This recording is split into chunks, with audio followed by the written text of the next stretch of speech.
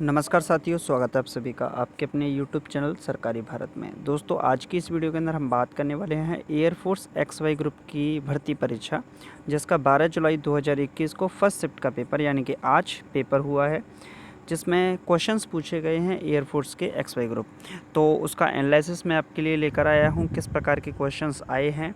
12 जुलाई 2021 first shift का paper है, जिसके अंदर मैथ, जीके और फिजिक्स, इंग्लिश या रीजनिंग के क्वेश्चंस जो पूछे गए हैं उन क्वेश्चंस को बात करने वाले हैं। दोस्तों, ये वो क्वेश्चन है जो कि स्टूडेंट्स के द्वारा व्हाट्सएप पर भेजे गए क्वेश्चंस हैं। तो एक दो क्वेश्चन इसमें ऊपर नीचे भी हो सकता है, क्योंकि जो आप लोग भेजते हो व्हाट्सएप पर उसी के अनुसार ये पेपर बनाया गया है। तो स्टूडेंट को जो क्वेश्चंस याद थे उन क्वेश्चंस को मैं आपके लिए लेकर आया हूँ। पेपर का लेवल अगर बात की जाए तो ईजी टू मॉडरेट लेवल है, मतलब मॉडरेट टू हाई लेवल नहीं कह सकते हम, तो इजी टू मॉडरेट लेवल का ही पेपर आया है, ज़्यादा टफ पेपर नहीं है। ओके, तो अगर आप लोग इस चैनल पर नए हैं और एयरफोर्स XY ग्रुप की तैयारी कर रहे हैं, या फिर SSR नेवी की तैयारी कर रहे हैं, या NDA की तैयारी कर रहे हैं, या फिर डिफेंस रिलेटेड किसी भी एग्जाम की तैयारी कर रहे हैं, तो आप लोग चैनल को सब्सक्राइब करना यार बिल्कुल मत भूलिएगा। चैनल को सब्सक्राइब जरूर कीजिएगा। तो चलिए फ्रेंड्स, सबसे पहले क्वेश्चंस को देख लेते हैं, क्वेश्चंस का लेवल क्या रहा है। तो दोस्तों, पहला प्रश्न है, मानव शरीर में वसा में घुलनशील विटामिन कहाँ जमा होते हैं? तो इसका सही जवाब है लीवर होता है। जो लीवर होता है, जिसे हम यकृत बोलते हैं या वृक्क के नाम से भी जानते हैं, तो इसके अंदर मानव शरीर में वसा में घुलनशील विटामिन जमा होता है। तो इसका सही जवाब है यकृत। अगर आपको भी प्रश्न पता है कि ये प्रश्न नहीं आया था, ये प्रश्न आया था, तो आप कमेंट बॉक्स में लिख दीजिएगा। उन क्वेश्चंस को हम नेक्स्ट वीडियो के अंदर डिस्कस कर लेंगे। ओके, चलिए नेक्स्ट क्वेश्चन क्या है। तो नेक्स्ट क्वेश्चन पूछा गया है, कौन सा रेगिस्तान भारत और पाकिस्तान के बीच प्राकृतिक सीमा बनाता है? भारत और पाकिस्तान के बीच में अगर रेखा की बात की जाए तो ये है रेड क्लिफ रेखा। कौन सी रेखा है? रेड क्लिफ रेखा है, जो भारत और पाकिस्तान के बीच में स्थित है। भारत और चीन के बीच में बात करें तो मैकमोहन रेखा है। कौन सी है? मैकमोहन रेखा है, जो भारत और चीन के बीच में स्थित है। बात कर रहा है रेगिस्तान कौन सा है, तो इसका सही जवाब है थार रेगिस्तान, जो कि भारत और पाकिस्तान के बीच में प्राकृतिक सीमा बनाता है। चलिए नेक्स्ट क्वेश्चन देख लेते हैं। नेक्स्ट क्वेश्चन रीजनिंग का है, बहुत आसान सा सवाल है। क्वेश्चन है, यदि किसी कूट भाषा में HKUJ को फिश लिखा जाता है, तो उसी कूट भाषा में UBCD को क्या लिखा जाएगा? देखिए, HKU और J, इसको क्या लिखा जाता है? FIS और H लिखा जाता है, यानी कि फिश लिखा जाता है। H होता है 8 पर, JK होता है 11 पर, और TU तो ये होता है 21 पर, और J होता है 10 पर। इधर देखें तो F होता है 6 पे, T होता है 20 पर, और S होता है 19, और H होता है 8 पर। तो अगर हम लोग यहाँ से देखते हैं तो ये इतने कम है, 2 कम है 11 से। ये वाला जो आपका T20 यहाँ पर अगर देखते हैं तो ये बनता है H 8 पे आता है, तो H यहाँ पर 8 पर हुआ। चलिए, तो दोबारा से बनाते हैं इसकी पूरी। तो ये बना HKUJ FISH, यही तो बना। तो H 8 पे होता है और ये F होता है 6 पे। H 8 पे, F 6 पे, और ये K होता है कितने पर? IJK, तो K होता है 11 पर और I होता है 9 पर, यानी कि ये 2 कम है, और ये भी कितना है? 2 कम है। U होता है 21 पर और S होता है 19 पर, ये भी कितना कम है? 2। J होता है 10 पर और H होता है 8 पर, यानी कि ये भी कितना कम है? 2 कम है। तो सारे के सारे जो नंबर्स हैं वो कितने हैं? सारे के सारे कोड यानी कि जो भी डिजिट लिखी हैं वो 2 कम हैं। अब यहाँ पर आपसे पूछा गया है कि UBCD को क्या लिखेंगे? UBC और D को। तो V कितने पर होता है? V होता है 22 पर, तो T 20 पर होता है। अच्छा, ये U पहला हुआ है U, तो U के बारे में बात करें तो U जो होता है STU, U होता है 21 पर, S होता है 19 पर, अच्छा ये V होता है 22 पर, तो T होता है 20 पर, C होता है 3 पर, तो A होता है 1 पर, D होता है 4 पर, तो B होता है 2 पर। तो आंसर हो जाएगा STAB। क्या हो जाएगा? STAB is the right answer.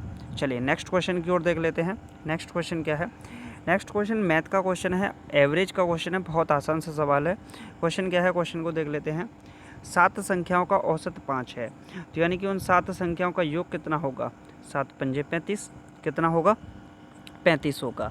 7 संख्याओं का औसत 5 है, तो 7 संख्याओं का योग हो गया 35। यदि पहली 6 संख्याओं का औसत, प्रथम जो 6 संख्या हैं उनका औसत है 4, तो उन 6 संख्याओं का योग कितना हो जाएगा? 24। 7वीं संख्या क्या है? तो 35 में से हम क्या करेंगे? 24 को माइनस कर देंगे, तो कितना बचेगा? 11 बचेगा। तो यही होगी 7वीं संख्या। तो 7वीं संख्या क्या निकलेगी? 7वीं संख्या निकलेगी 11। तो चलिए नेक्स्ट क्वेश्चन की ओर देख लेते हैं। नेक्स्ट क्वेश्चन, और ये भी क्वेश्चन मैथ का है, बहुत आसान सवाल है। प्रश्न क्या है? यदि एक परीक्षा में 2500 विद्यार्थियों में 400 असफल रहे हों, तो पास होने वाले वालों का प्रतिशत ज्ञात कीजिए। देखिए, टोटल स्टूडेंट की बात करें एक परीक्षा के अंदर, तो टोटल स्टूडेंट ने जो भाग लिया था वो लिया था 2500, यानी कि 2500 अभ्यर्थियों ने भाग लिया था, विद्यार्थियों, जिसमें से 400 कैसे रहे? असफल रहे, यानी कि फेल वाले हम बोल सकते हैं, वो कितने हैं? 400। तो पास वाले कितने हैं? जिन्होंने पास किया एग्ज़ाम को, तो वो हैं 2100। 2100 ऐसे अभ्यर्थी हैं, स्टूडेंट हैं जिन्होंने एग्ज़ाम को पास किया। तो पूछ रहा है पास होने वालों का प्रतिशत, तो 2100 ने पास किया, कितनों में से? तो हम यहाँ पर बना सकते हैं, परसेंट निकालना है, तो 2100 ने पास किया, कितने में से? 2500, यानी कि 2500 में से, इंटू 100%। ओके, तो 0 0 0 0, 25 चौके 100, और 21 का 4 से गुणा करेंगे तो ये आएगा 84%। क्या आएगा? 84%, यानी कि 84% इस सवाल का सही जवाब होगा। चलिए नेक्स्ट क्वेश्चन देख लेते हैं। नेक्स्ट क्वेश्चन पूछा गया है, अरे कितना आसान सवाल पूछा गया है। महात्मा गांधी का जन्म हुआ था, किस सन के अंदर हुआ था महात्मा गांधी का जन्म? तो ये हुआ था 1869, यानी कि 1869 में महात्मा गांधी का जन्म हुआ था। कहाँ पर हुआ था? तो ये हुआ था गुजरात के पोरबंदर में। कहाँ पर? गुजरात के पोरबंदर में। ओके, चलिए नेक्स्ट क्वेश्चन को देख लेते हैं। तो नेक्स्ट क्वेश्चन है, देश का लौह पुरुष किसे कहा जाता है? बहुत अच्छा सवाल पूछा गया है।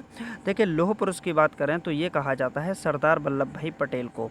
किसको कहा जाता है? सरदार वल्लभ भाई पटेल को, जो भारत के पहले, स्वतंत्र भारत के पहले गृह मंत्री बने थे, यानी कि कैबिनेट में मिनिस्टर थे, पहले गृह मंत्री बने थे। और इनको जो सरदार की जो उपाधि है, ये वारदौली सत्याग्रह में, जब वारदौली सत्याग्रह हुआ था, तो वारदौली की महिलाओं ने इनको सरदार की उपाधि प्रदान की थी।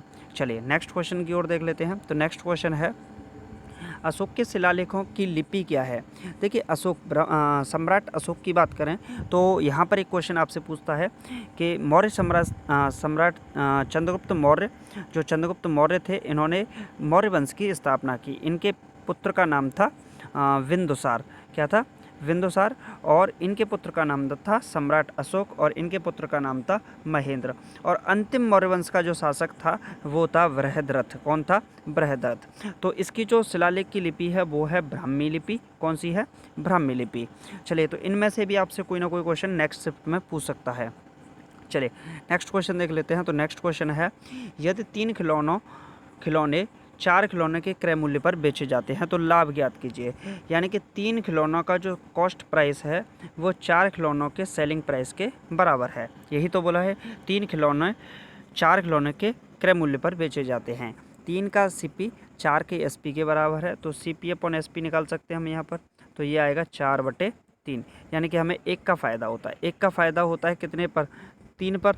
तो प्रॉफिट कितना हो जाएगा? प्रॉफिट हो जाएगा 33.33% के करीब इसमें प्रॉफिट आएगा।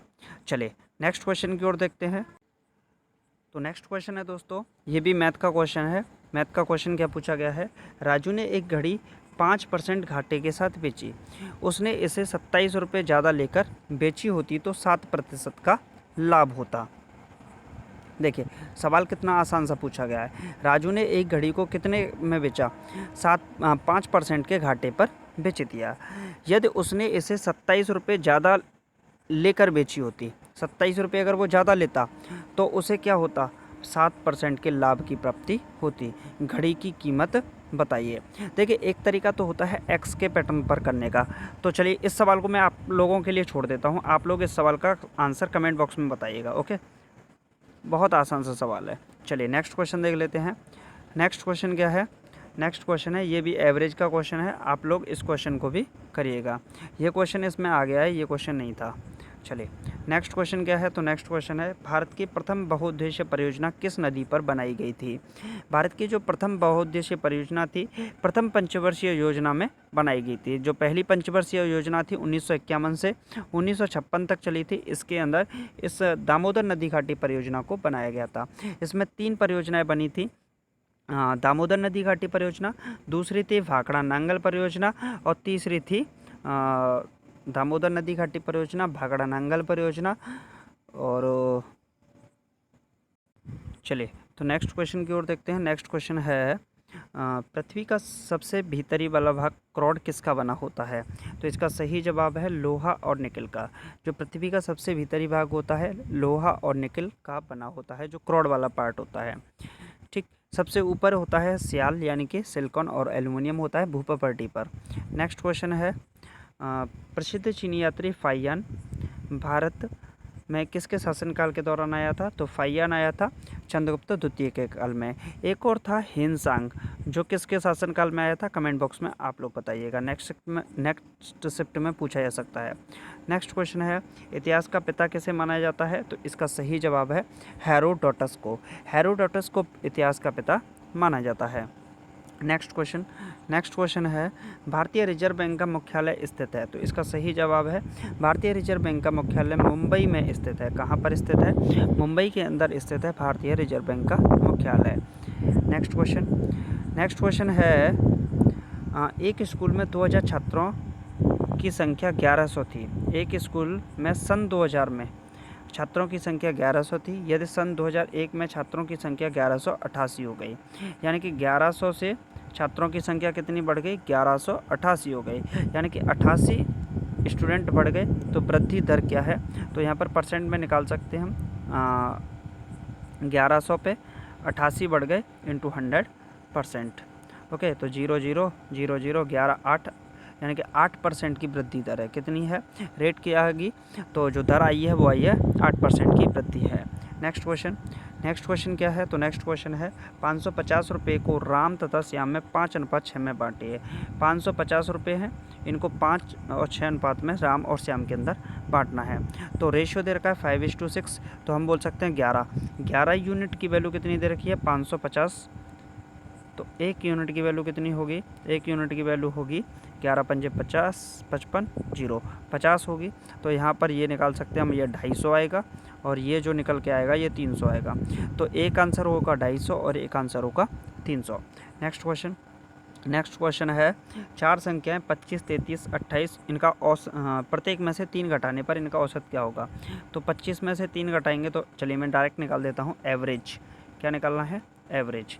तो सबको जोड़ेंगे पहले। 25 में से 3 गया तो 22, प्लस 23 में से 3 गया तो 20, प्लस 28 में से 3 गया तो 25, प्लस यहाँ पर ये 24 में से 3 गया तो 21 बटा 1 2 3 4 आएगा। तो ये आएगा 22, 42 और 21, 63 और 25, तो ये बन जाएगा 8 और ये 8/4, यानी कि जो आंसर आएगा वो आपका 22 आएगा। क्या आएगा? 22। नेक्स्ट क्वेश्चन, ए और बी का रेशियो दे रखा है, बी सी का रेशियो दे रखा है, सी ए का रेशियो दे पूछा है। तो A/B/C ऐसे निकाल देंगे। और यहाँ पर ये रेशियो है ए बी का 3:5, बी सी का है 7:9। ठीक है, तो यहाँ पर इसको 7 लिखेंगे, यहाँ 5 लिखेंगे, 7 या 21, 5 7 35 और 9 पंजे 45। तो यही इस सवाल का क्या हो जाएगा? सही जवाब। तो सी ए क्या होगा? तो 35:45। क्या होगा? 35:45, 5 7 35, 5 9 45। तो 7:9 इस सवाल का सही जवाब होगा। चले नेक्स्ट क्वेश्चन है, विश्व साइकिल दिवस कब मनाया जाता है? तो 3 जून को विश्व साइकिल दिवस मनाया जाता है। कब मनाया जाता है? 3 जून को। चलिए नेक्स्ट क्वेश्चन है, इंडिया ने सेकंड आईसीसी विश्व कप कब जीता था? तो 2011 में भारत ने दूसरा आईसीसी का वर्ल्ड कप जीता था। नेक्स्ट क्वेश्चन है, इंदिरा सागर बांध किस राज्य में स्थित है? तो नर्मदा नदी पर इंदिरा मध्य प्रदेश के अंदर है, इंदिरा सागर बांध है। और इसी पर जो नर्मदा नदी है, इसी पर कौन सा बांध बना हुआ है, दूसरा वाला इंद्रपुरी बैराज, कौन सा बना है, इंद्रपुरी बैराज है। और इसी नर्मदा नदी पर कौन सा जल प्रताप है, ये आप लोग कमेंट बॉक्स में बताइएगा।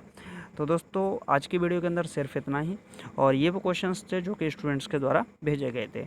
आपको वीडियो कैसा लगा कमेंट बॉक्स में ज़रूर बताइएगा। अगर आप इस चैनल पर नए हैं तो चैनल को सब्सक्राइब जरूर कीजिएगा। डिफेंस की तैयारी कर रहे हैं, एयरफोर्स की तैयारी कर रहे हैं, तो आप लोग चैनल को सब्सक्राइब करना बिल्कुल ना भूलें। चलिए मिलते हैं नेक्स्ट वीडियो में। Thank you for watching this video. जय हिंद, जय Bharat, take care, bye bye.